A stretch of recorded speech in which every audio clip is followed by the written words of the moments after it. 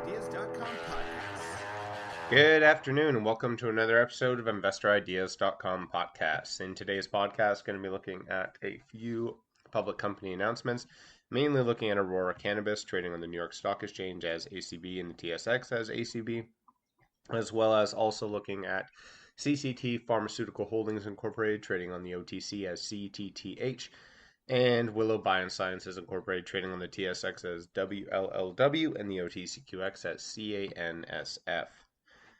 So mainly looking today at Aurora Cannabis, who announced both an update on its business operations, along with certain unaudited preliminary fiscal fourth quarter 2020 results, as well as also announcing the appointment of Miguel Martin as the new CEO.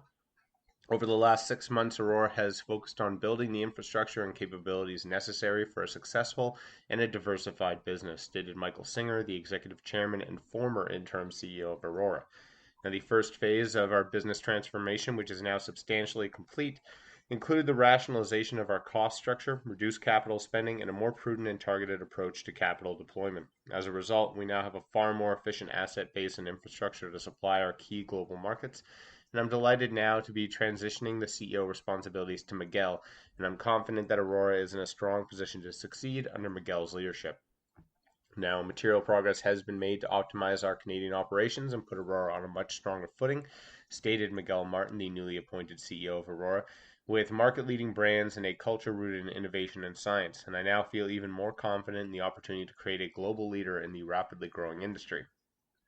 So the company provided the following updates today on preliminary unaudited net revenue and adjusted gross margin and SG&A results for the fourth quarter of 2020. Also some cost rationalization and near-term revenue plan, as well as discussing impairment charges, which could be up to about $1.4 to $2 billion. So obviously Aurora had some pretty negative trading today, went down by about $1 since this morning, and I'm sure it's going to be under a little bit of scrutiny over the next couple of weeks. So looking a little bit deeper there into the preliminary unaudited net revenue. So the net revenue in quarter 4 2020 is now expected to be between 70 million and 72 million compared to the 75.5 million of the third quarter of 2020. And cannabis net revenue is expected to be between 66 million and 68 compared to 69.6 in the third quarter. And they expect adjusted gross margins before fair value adjustments of cannabis net revenue to be within a range of 46 to 50%, with lower gross margins expected from non-cannabis business segments. The company is now also operating at its quarterly SG&A run rate in a low 40 million range and expects operational cost reductions from facility closures up to 10 million per quarter starting in the second half of fiscal 2021. With a tailwind of growth in the Canadian recreational market, the company is better positioned for its next phase focused on profitability. And as well, the impairment charges, as previously announced as part of the business transformation and cost reset, Aurora expects to record a number of balance sheet adjustments in the fourth quarter 2020 to recognize market realities and to reposition the company for future performance. These adjustments include previously announced fixed asset impairment charges now expected to be 90 million due to production facility rationalization and a charge of approximately 140 million in carrying value of certain inventory, predominantly trim, in order to align inventory on hand with near-term expectations for demand. And approximately 40% of the expected inventory provision relates to the non-cash IFRS fair value adjustment within inventory. So in general there, like I said, Aurora probably going to be under a little bit of a negative trade phase for the next couple of days, as obviously changing their CEO, having those impairment charges, and also having to lower expectations for the next couple of quarters isn't going to sit well with most investors. But this is good in that they're showing some a little bit better sign of reality on where this company is standing, and it does position them well for hopefully the next couple of months after they've sort of gone through some of these charges and costs. And eventually the next big phase of cannabis sales, which again a lot of people are expecting for going into the winter and into next year. Looking at cannabis sales already in August, they have been up steadily since July. So you are starting to see that overall, even with a little bit of dip in sales. I know that COVID sort of boosted sales for most areas. And then you saw a little bit of a dip in some areas in June and July.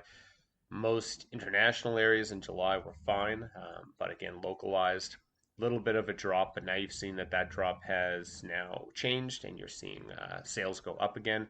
Again, most companies reported quite high sales numbers for August, so I would expect that to sort of keep going over into September and into the winter.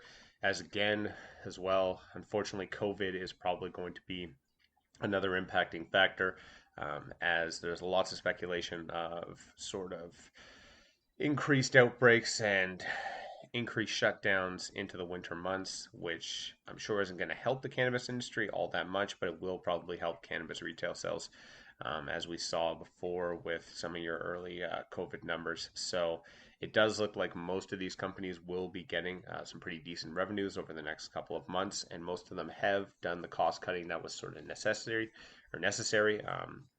for them to do over the last few months. So hopefully you'll see some of these stocks turn around, Aurora being one of them. But again, a lot of that's still speculation on how the market maintains over the next 6 months to a year. Next, looking at CTT Pharmaceutical Holdings, an innovative life science company with a portfolio of IP and novel drug delivery systems, who announced it's entered into a business development partnership with Three Rivers Biotech, which is a preeminent tissue culture company. Now, under the agreement, Three Rivers will leverage its network of suppliers to a manufacturer of consumer packaged goods to secure commercial partnerships based on CTT's patented sublingual wafer technology. Now, additionally, the agreement includes the ability for CTT to utilize Three Rivers' operational capabilities to execute technology transfers and project implementation for new customers, providing a cost-effective and de-risked expansion of CTT's operational capacity. Three Rivers is one of the few companies with a successful track record in the consistent commercial scale supply of tissue culture-based clones for a variety of sectors, including the hemp industry. CTT's rapidly dissolving sublingual wafers deliver active ingredients through the mucosal route, and which provides a number of key advantages over other delivery mechanisms, meeting important current market dynamics. So it has rapid onset, increased bioavailability, safe, ease of use, accurate and consistent dosing, and large target markets. Mark Lackmaker, the SVP Commercial Development for CTT, stated that Three Rivers is a trusted partner at the root of the value chain for a growing number of companies in the CPG sector, and its network in large geographic markets such as North America, China, and Europe creates a very significant opportunity for CTT to accelerate growth. And the partnership also provides additional implementation bandwidth, with further de-risks our expansion efforts in a cost-effective manner. So looking at CTT's announcement with Three Rivers, obviously is a great move for CTT, and I do think that more companies need to take this type of approach, and really does speak to where the market is today versus where it was maybe 2 years ago, where a lot of these companies were working on building out their internal infrastructure and trying to be these vertically integrated, can do everything companies.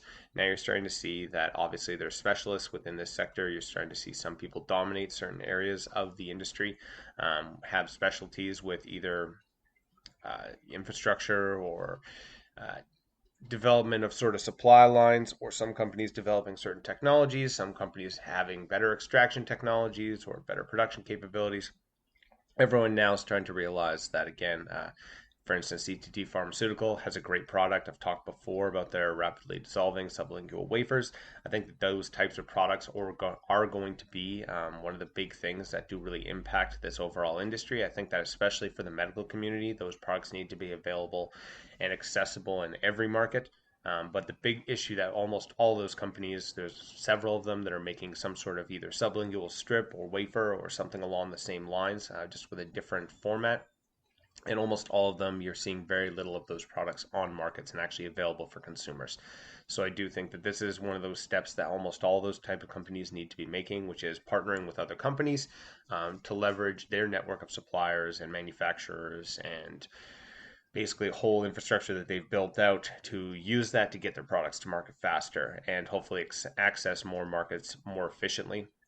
The fact that Three Rivers Biotech here has a good standing both in North America, China, and Europe really helps this company hopefully expand fast and get their products out there to these medical communities. I would hope that they're focusing on the medical market, but you never know. Most people are still really focused on recreational just because of the obvious ease of access for that market. But I would hope to see more types of announcements like this. And again, you have seen them in the past, and it does sort of speak to where the industry is today. And lastly, looking at Willow Biosciences, who announced its subsidiary, Willow Analytics, will receive advisory services and conditional funding from the National Research Council of Canada Industrial Research Assistant Program, supporting a research and development project to advance production of its Varen cannabinoids using its proprietary biosynthetic platform. We welcome the advice and funding of the NRC IRAP to support our rare cannabinoid development platform, said Dr. Matthias Schultz, the Willow's Vice President in Research and Development. Now, this support is an important catalyst for us to advance our strain development capabilities and will enable us to progress from lab scale work to pre-commercialization scale up. Now, Willow has built a strong reputation as a high-quality, high-purity biosynthetic cannabinoid producer, and its yeast fermentation production platform, initially developed for CBG and CBD, has shown impressive success and will expect to be the first company to biosynthetically produce material amounts of cannabinoids. Now, Trevor Peters, Willow Biosciences President and CEO, added, by using the platform technology that's allowed us to advance our CBG program ahead of schedule, we are able to expand our portfolio and pursue fermentation-based production of additional cannabinoids. We've made strong progress with our Varen's development to date and expect the Varen's program to reach scale-up phase in the first half of 2021 and market-ready levels in the second half of 2021. Now, the Varen series of cannabinoids that Willow is developing includes CBGV, CBDV, and THCV. Now, these Varen cannabinoids are considered minor or rare cannabinoids as they occur naturally in cannabis plants at less than 1% of biomass, making them challenging and costly to produce via cultivation.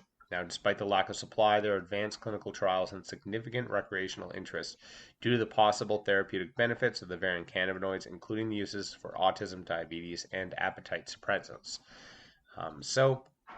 Talked a lot about these microcannabinoids being either produced through certain cultivation methods or biosynthetically. Obviously, this Willow Biosciences focusing on the biosynthetic side of the industry. I do think that that's going to be a necessary step, and I do think that you're going to have that combination of both, where you're going to see some companies focusing on advanced cultivation techniques, using certain strain genetics to help boost those microcannabinoids to higher levels than the lower than 1%. And then I do think that you're going to have a lot of companies also focusing on more the pharmaceutical side and just creating these products through some sort of yeast development or biosynthetic capacity. The sort of benefit of the biosynthetic market over the actual production market is obviously consistency, purity, quality, as well as efficiency and cost production. Overall, going to benefit that. And as well, this is sort of where we have the difficulty for a lot of the medical community when it comes to addressing cannabis as a medicine, is that still to date, a lot of the effectiveness of cannabis as a medicine comes from the entourage effect of all of these cannabinoids working together in tandem to create an overall effect. Whereas now what we're starting to see is certain ones of these microcannabinoids can have a very specific use similar to most of our modern pharmaceutical drugs. And this is where the biosynthetic market is going to definitely sort of have an edge over the cultivation side. And I do think that you're going to have almost two sides of this industry, which I've talked about before, where you are going to have the cultivated agricultural side, and then you are going to have the pharmaceutical sort of biosynthetic side. And I do think that that is starting to get a little bit more momentum now as people are starting to understand more about these microcannabinoids and realize that some of them have very obvious uses today as appetite suppressants, or again dealing with diabetes, dealing with autism, dealing with anti-inflammation, lots of different utilizations of these microcannabinoids. It's really just about if we can get consistent quality and amounts of them.